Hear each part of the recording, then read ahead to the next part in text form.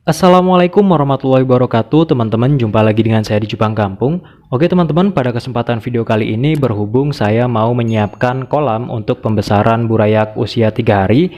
Nah, sekaligus di sini saya akan membahas sedikit mengenai daun pisang yang saya gunakan. Karena banyak banget dari teman-teman yang tanya ke saya mengenai daun pisang ini ya. Nah, kira-kira jenis daun pisang apa sih yang saya gunakan, kemudian apa manfaat dan kegunaannya untuk burayak dan juga ikan cupang. So, simak terus videonya sampai selesai ya.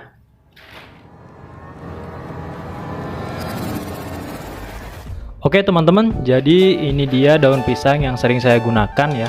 Ini dari jenis pisang kepok, tapi sebenarnya teman-teman bisa gunakan pisang yang lainnya karena jenis pisang itu ada banyak ya.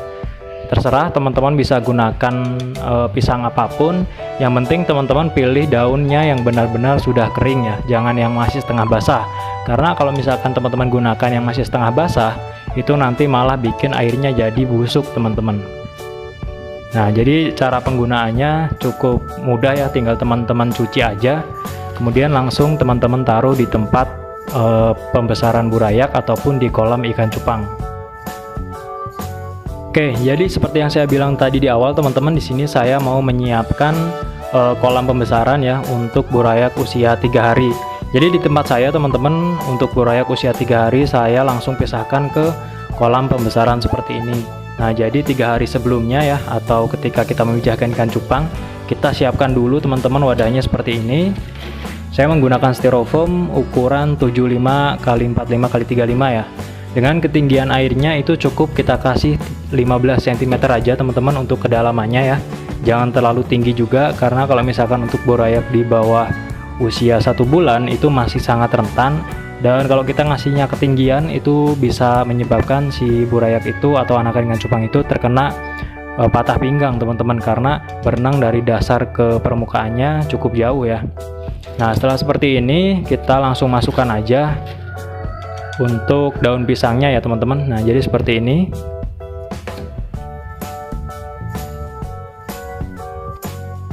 Nah teman-teman, jadi perlu teman-teman tahu ya, untuk manfaat daun pisang ini sebenarnya ada banyak ya. Mungkin yang pertama adalah untuk tempat berlindung si burayak-burayak ikan cupang ya. Jadi selain menggunakan tanaman air, teman-teman bisa gunakan daun pisang kering seperti ini. Daun pisang kering seperti ini juga bisa digunakan untuk burayak, untuk bersembunyi ya dari predator. Nah, mungkin teman-teman pernah ngalamin ya yang namanya burayak hilang tiba-tiba ataupun mati tapi tidak ada bangkainya. Nah, itu biasanya disebabkan oleh predator teman-teman. Nah, predator itu ada banyak ya.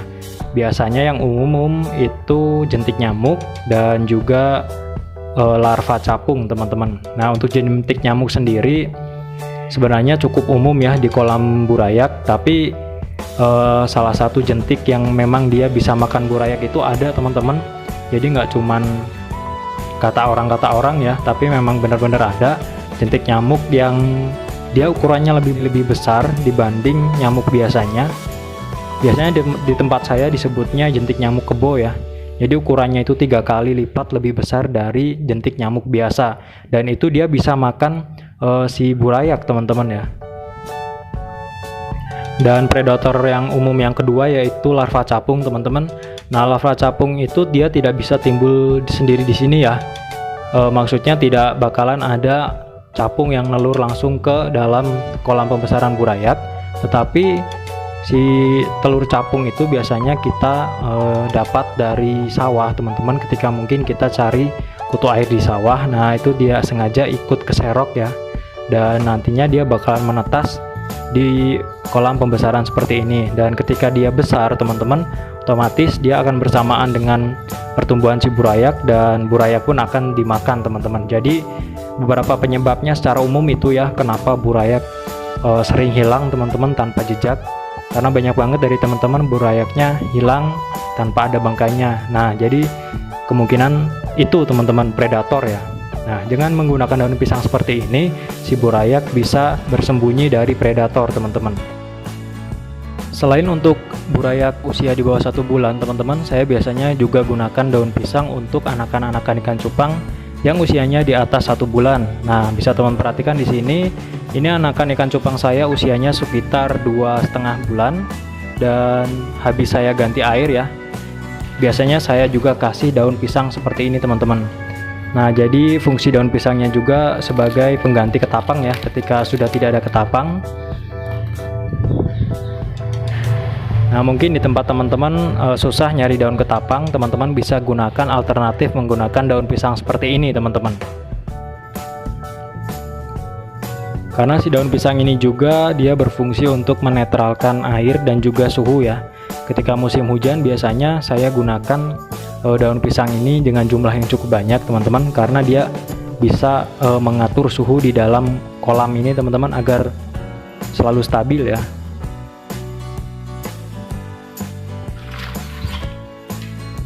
Nah, seperti ini teman-teman, di kolam-kolam anakan ikan cupang yang udah dewasa pun saya juga kasih daun pisang ya.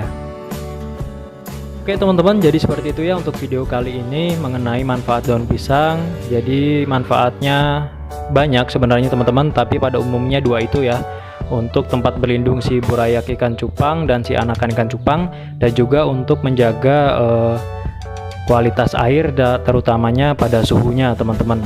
Oke, jadi seperti itu teman-teman untuk video kali ini, semoga bermanfaat. Jangan lupa juga untuk support channel ini dengan cara subscribe dan tekan tombol loncengnya, agar ketika nanti saya upload video terbaru, teman-teman tidak ketinggalan video terbarunya.